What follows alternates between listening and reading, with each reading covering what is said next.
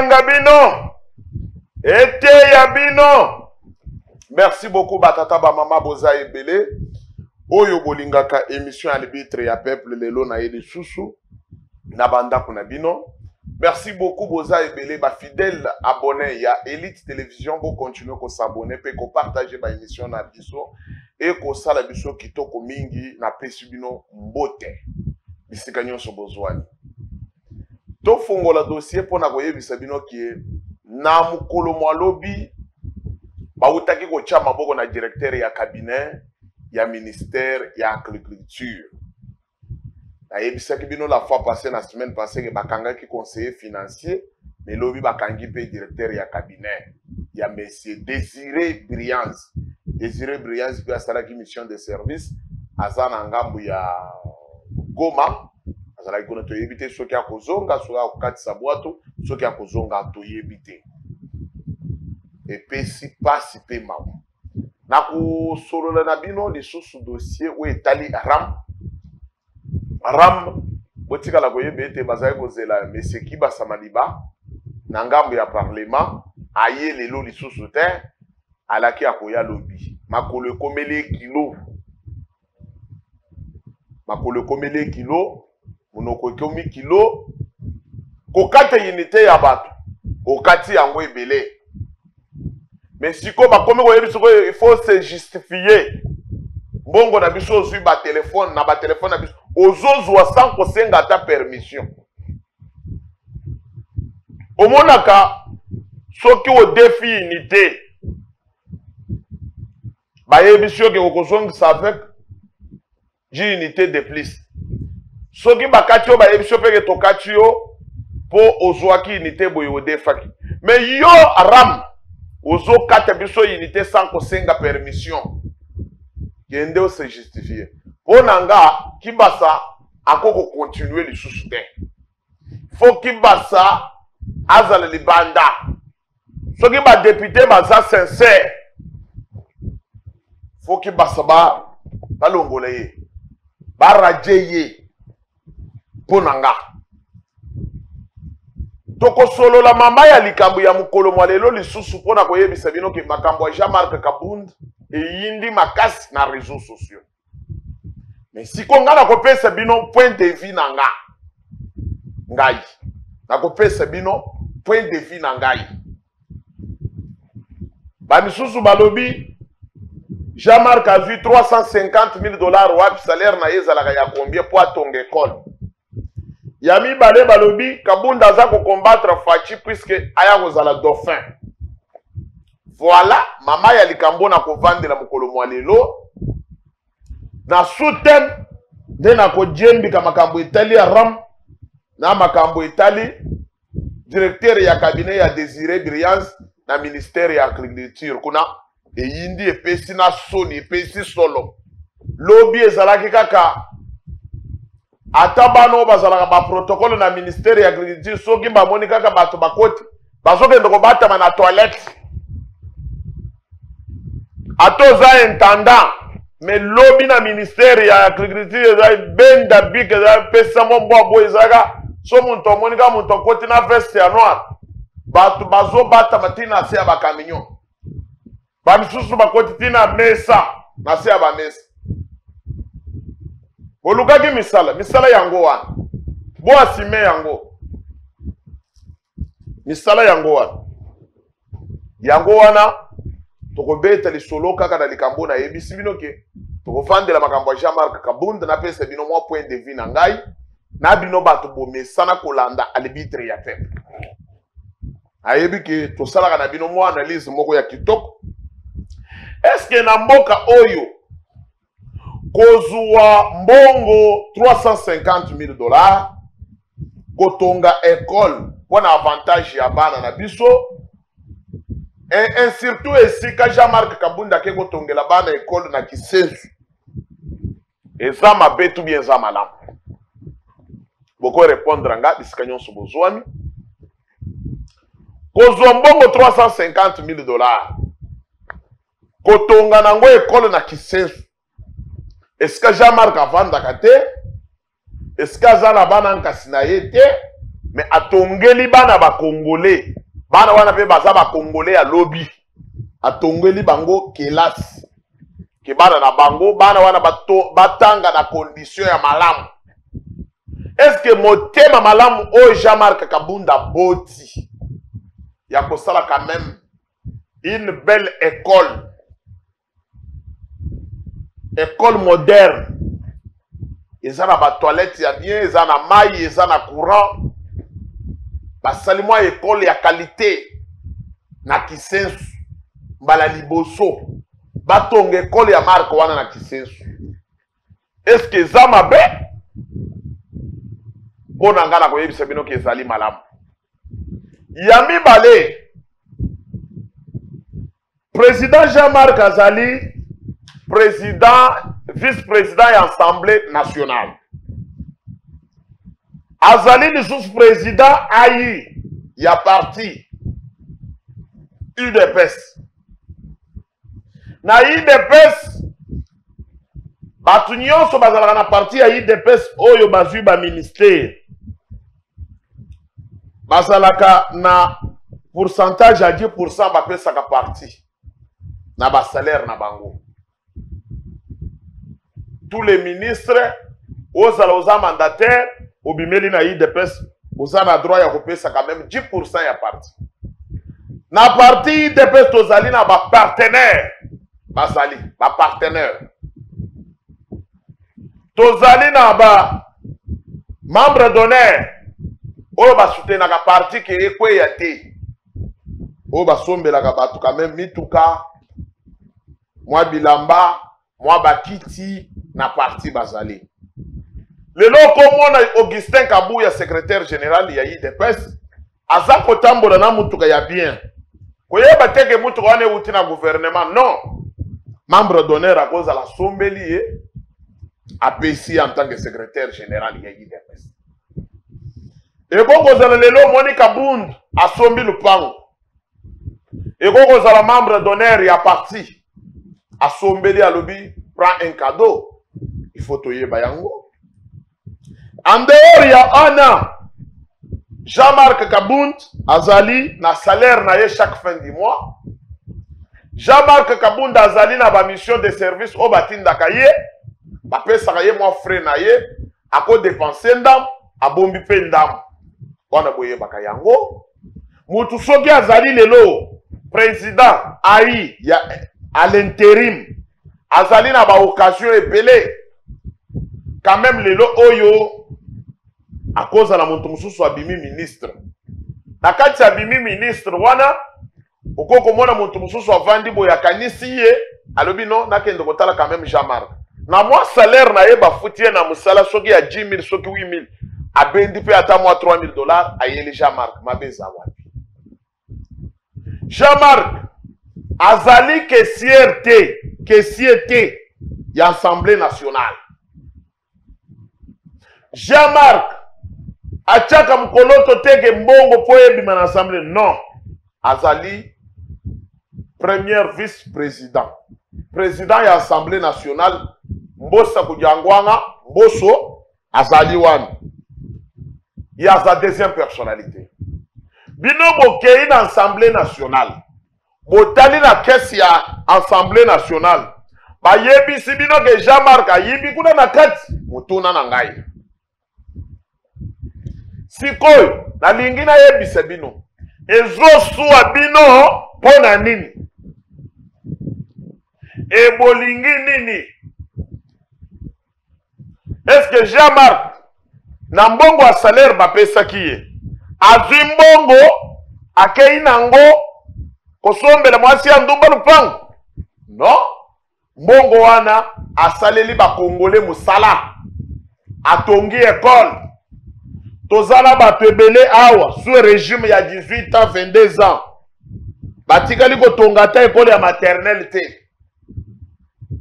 Tomoni ba mama kanunga awa batongi quand même moi ba école comédien ya pamba simple.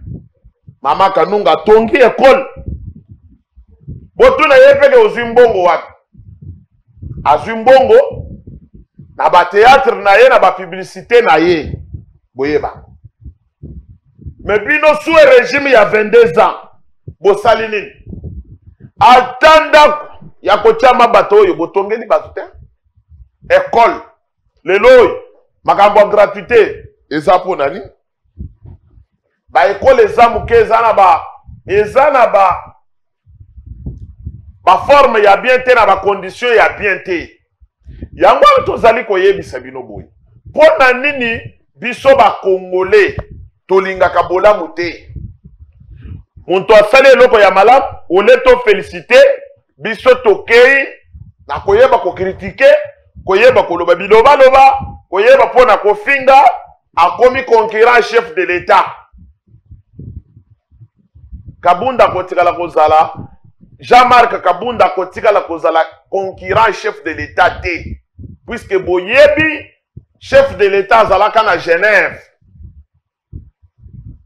Kuna kote bokenda kokosa ye. Mais Fatia ayoka base à travers Jean-Marc Kabunda. Monto alinganaka te. Soki ezala Jean-Marc pona mbongo mbele Kabila alinga somba Jean-Marc Kabunda. Ba proposa ye combien ya mbongo po ateka parti ya IDPS. Mais c'est Jean-Marc Kabunda.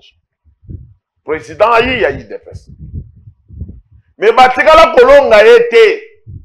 Batikala kolonga yete atamukie. Yangwana nazali koyebisa bino boy.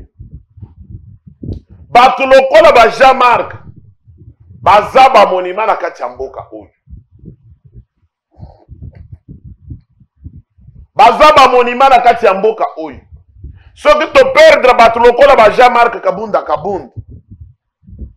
na mboka oyo to ko regretter makasi. Yangwana biso tozoloba boy. Oyo nani azoboye ke Jean-Marc akoko zala dauphin ya Tshisekedi te 2030 ou 2028. C'est possible.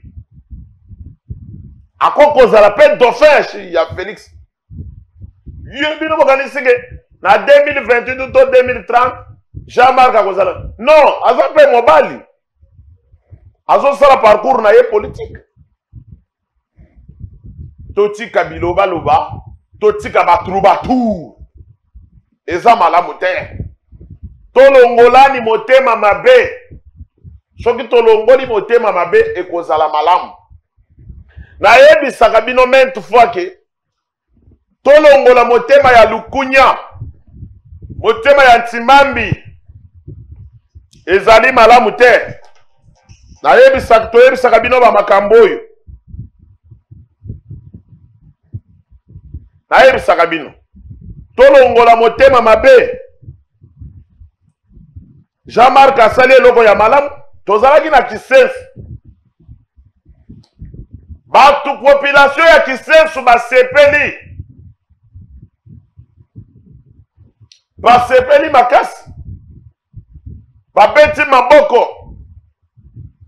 Balobi ke di jamais vu banda Kisensu ezala tomona politicien ya boyete lokola Jean-Marc a honoré bana na biso, a honoré ba famille na biso, a pesi à venir na ba Congolais baza na Kisensu kutu bandeko baza na Tchang bako yebisa nga yebisele biso président Jean-Marc akanisa pe biso soki asali eloko wana mosusu kote oyo ya Tchang ikozala malamu.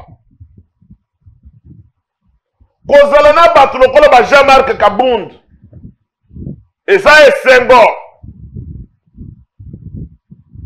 Lelo atie monima aloni nzete na kati ya Kisensu akoko merite biloba loba te.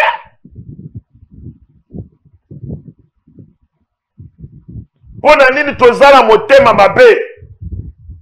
Olobi motema mabe puisque yo vandaka na Gombe, vandaka na Kitamu, mais webi condition bana Kisensu. Muntu akaniseli bana Kisensu, bana matete. Que lelo bazala pe na école moderne. École ya qualité. Lelo bazala na courant. Bavanda ka boye babimaka swe na kati ya classe. bino bozomo nango mabe motema ya bantimambi botika motema mabe botika kijalu eza malamu te. Ndeni nazolinga naloba Jean-Marc atikali kozala ndumba politique te. Jean-Marc asali parcours na ye ya politique na parti na ye moko ti lelo aza kokontinue.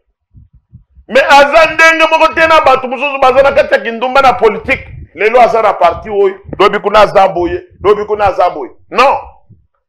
Mais Jean-Marc Kabund c'est un modèle.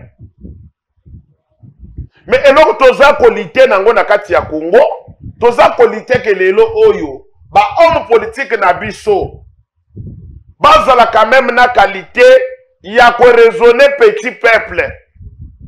Soki biso nyonso toboti miotema malamu ya lelo oyo tokomi quand même koyeba ke petit peuple ba souffrir. Na compte na yo ozali na 1 million, ozali na 100 000, ozali na 500 000. Ou raisonner que non, sur 500 000 nazan nango na longola 100 000 na pesa petit peuple. Et kozala malamu. Mais toboya ba politicien oyo baza na milliard na compte na bango. Mais na compte wana baza na bambongo wana, il faut bazwa kabana batinda na poto, basomba ba appartement na poto et ya malamu te. Mais il faut que se pelona moto oyo lelo azali na mwa moke na ye, mais azali kokanisa petit peuple. Jean-Marc Kabund vota ye na Kisesu. Vote na bana Matete. Comment kokanisa bango te? Il faut totika motema ya ntimambi na kati ya mboka oyo. Na muto azali kosala bolamu pour la petit peuple. Il faut encourager, to beti quand même moi maboko, to lobi ke muto asali musala malamu. Yangona naza koyebisa bino, mama ya likambo na ngai. Ezalaki ke Kabunda zo mérité pe. Kabunda zo mérité kozala monument na kati ya mboka oyo. Jean-Marc Kabund ce n'est pas n'importe qui. Oyo vandi boye, okomi Kabund. Non, Kabunda aza petit monsieur te. Kabund c'est un homme. Oya respectaka ba parole na ye. Kabunda azali modèle. Kabunda lelo asali kindumba na kati ya politique te. Kabunda asali beauté ya politique. Et mutulokola docteur Etienne Tshisekedi wa Mulumba azwa mutulokola Kabunda Jean-Marc a nommé na kati ya parti comme un secrétaire général. Parti monene, parti national.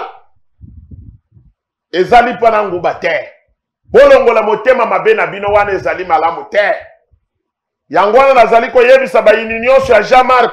Bisika bozali sifle kanga bino ete ya bino elengi sabino na miotema na bino ya mabe wana bisika bozali bopanyanya bokweya tala bango kuna.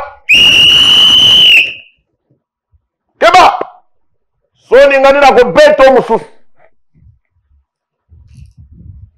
Merci beaucoup na vice-président et Assemblée nationale Jean-Marc Kabunda 520 gigas. L'homme du terrain. Ha! Makila ezana kati ya nzoto na ye ekokanga koloba Jean-Marc ozali congolais de père et de mère. Salela ba congolais malamu. Libende buka ke bendeti. Ha! Kabunda. Et engagé ngaye soki osepeli obeti maboko osepeli te zalaka na mulende landaka kaka libitre ya pepe nayebi ke bolingaka ngaka na boyi to soki sapona koyebisa bino likambo ya Monsieur Ram pardon kibasa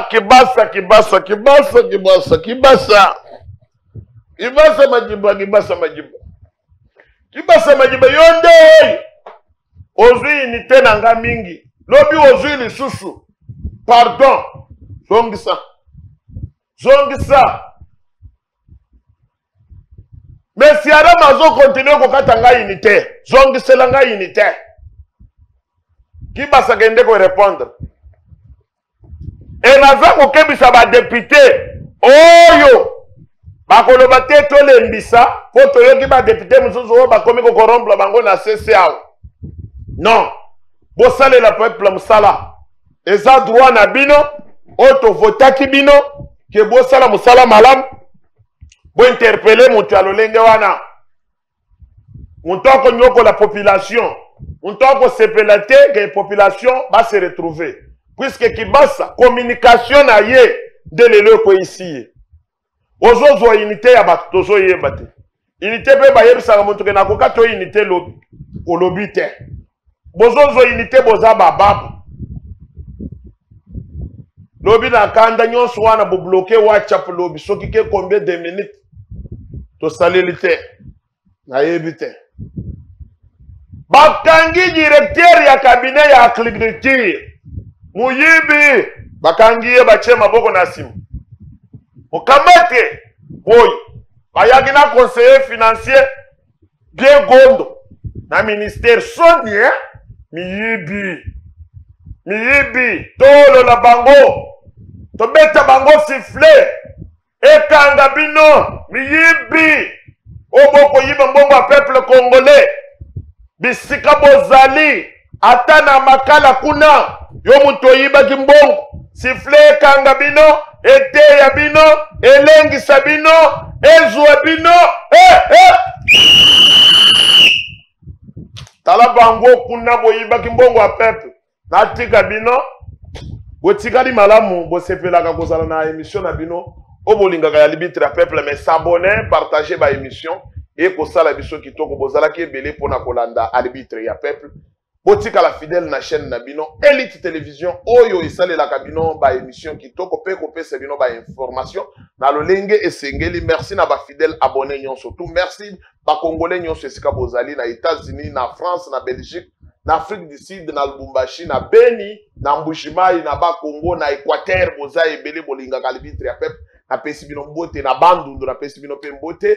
Merci na équipe technique ou accompagné biso mokolo mwadelo. Merci na ndeko Nemi, ndeko Jacob bazala ki wana na ndeko Gaël pona kolambela bino makusa ke ebima kitoko ndenge bomoni yango boye. Merci pona ngai na bino pona kokata match oyo tika kaka na kata